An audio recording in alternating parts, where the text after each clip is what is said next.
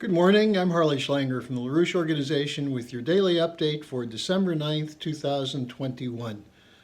I'm going to be discussing today the assessment of Helga Zepp-Larouche of the Putin-Biden video summit on December 7th, in which she said, "We are still sitting on a powder keg."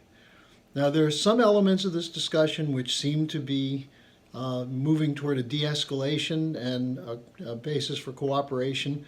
But the same problem that existed before the summit of aides and other networks engaging in warlike rhetoric continues.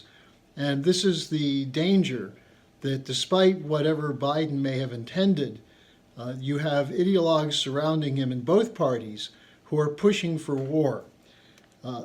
Remember, the tension before the summit was built up by the intelligence community estimate that Putin was preparing for an invasion of Ukraine, that troops are massed on the border, that the equipment is also being prepared for an invasion, that Putin is obsessed with Ukraine, which is what some think tanks were saying, that he's an undemocratic autocrat, and more importantly, that NATO must be prepared to defend Ukrainian sovereignty.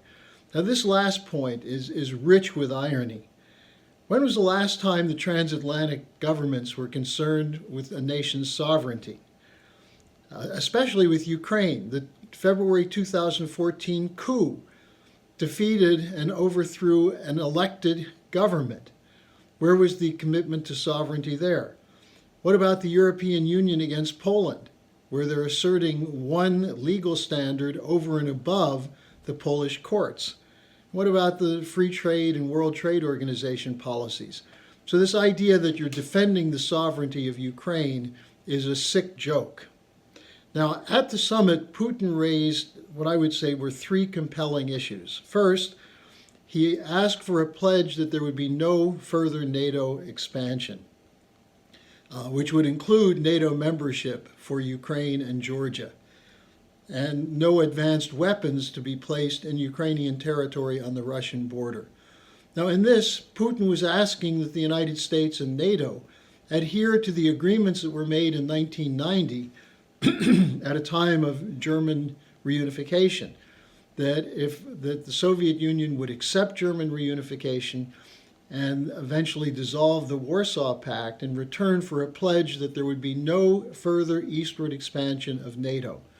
Well, since that time, there have been 17 countries added to NATO, maneuvers constantly on the borders of Russia.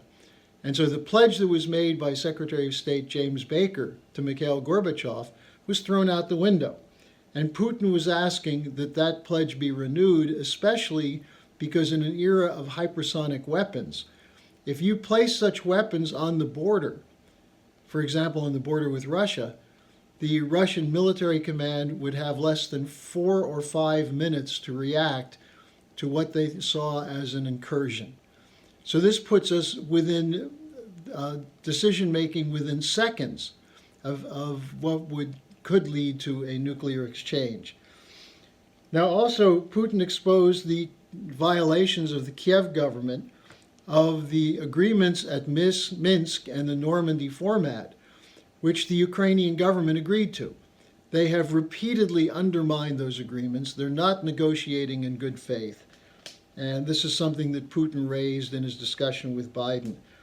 And then he raised the issue of what it means to expel diplomats, because there's been a consistent expulsion of diplomats going back to the Obama administration, which makes it harder for there to be honest, open discussion when you have no diplomatic mission in a country. Now, Biden responded by saying that he would speak with the allies on the first 2 points, on the question of NATO expansion and on the Minsk agreement. And he said that there are ongoing sessions between U.S. and Russian officials. Teams are in constant contact. So we'll see what happens with that. That would be a positive development. And Putin himself characterized the discussion as substantive, constructive, businesslike, and Russian foreign policy spokesman agreed with Putin's assessment. But on the U.S. side, you see where the danger lies. First, just look at the optics from the event. Putin was in a room alone. He didn't even have his interpreter in the same room with him.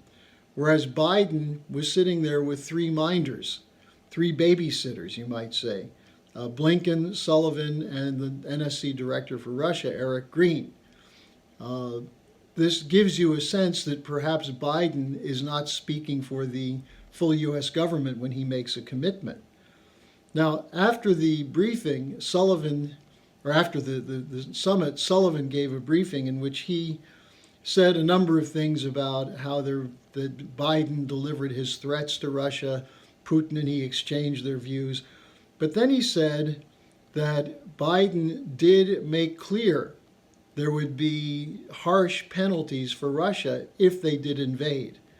He then went on to say that the U.S. is prepared for a two-front war with Russia and China.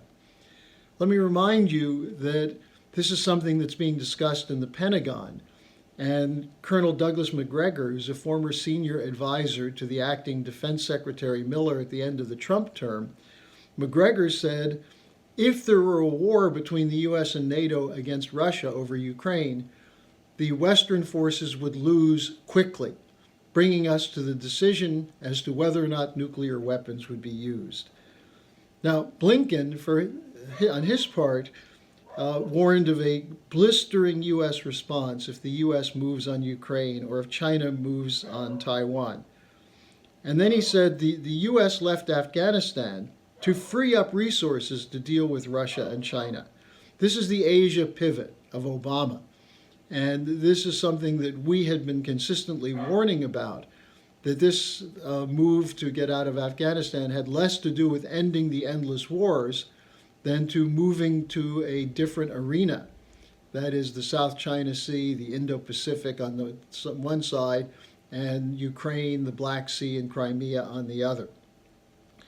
Now then you had much more ridiculous comments. You had Michelle Flournoy, a spokesman for the Democratic Party defense establishment, who said that Biden can, if Russia moves, kick Russia out of the SWIFT transaction system, which would essentially cut Russia off from international trade and currency trading. Senator Wicker from Mississippi said we should not rule out a nuclear first strike. Now, let me call your attention to what Tucker Carlson said yesterday. He said, don't dismiss the danger of a hot war with Russia. He said this could happen. The fact that it's a lunatic idea doesn't mean that it won't happen. He said Putin doesn't want war, he just wants secure borders. But that Biden is controlled by ideological hardliners who are willing to get the U.S. into a war. And he said it's not just Biden and the Democrats, it's Republican war hawks as well. And he singled out Pompeo and Senator Portman. And he said that this is a bipartisan sort of insanity. So I think if people want to get a view beyond our view of what this summit was about, watch Tucker Carlson, who is very hard-hitting in his warning that this is putting us on a path toward war, including potentially nuclear war. Now, adding to the situation, the Summit for Democracy called for by Biden begins today. This originally came from Boris Johnson and the Atlantic Council, the idea that you should pull together a new global institution of so-called democracies to confront autocracies. Implicit in this was the Asia pivot, as was made clear by one of the authors of this idea, Ash Jain, who was speaking at an Atlantic Council event on Monday, and basically said the UN doesn't work, none of these G7 or others work. We need a new institution by which democracies can confront autocracies. And who do they mean? Russia and China. This is the British geopolitical division of the world. At the end of the Cold War, it appeared as though we could break with that policy of two empires. But we've seen repeatedly efforts through the assertion of a unipolar world that the U.S. and its allies should dominate all policy. And when that appeared to be breaking down, as it has broken down, the idea then is we have to go back to the two empires in confrontation. Now, Helga Zepp-Larouche has an alternative proposal. She called on reasonable voices to speak out, such as Tucker Carlson, such as Colonel McGregor, to give people adequate warnings of the danger.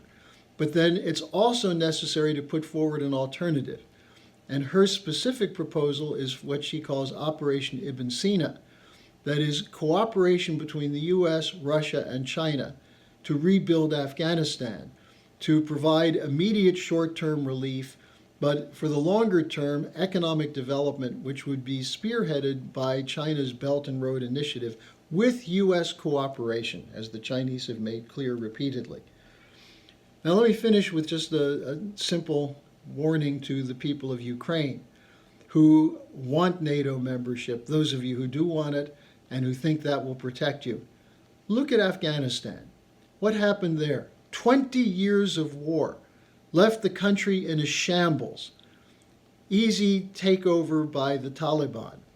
And now millions facing starvation and a cold winter, while the U.S. and Western governments are freezing funds that legitimately belong to the Afghan people, over $9 billion that could be used for necessary humanitarian relief, and are threatening to continue to withhold funds unless Afghanistan adopts a Western democratic model.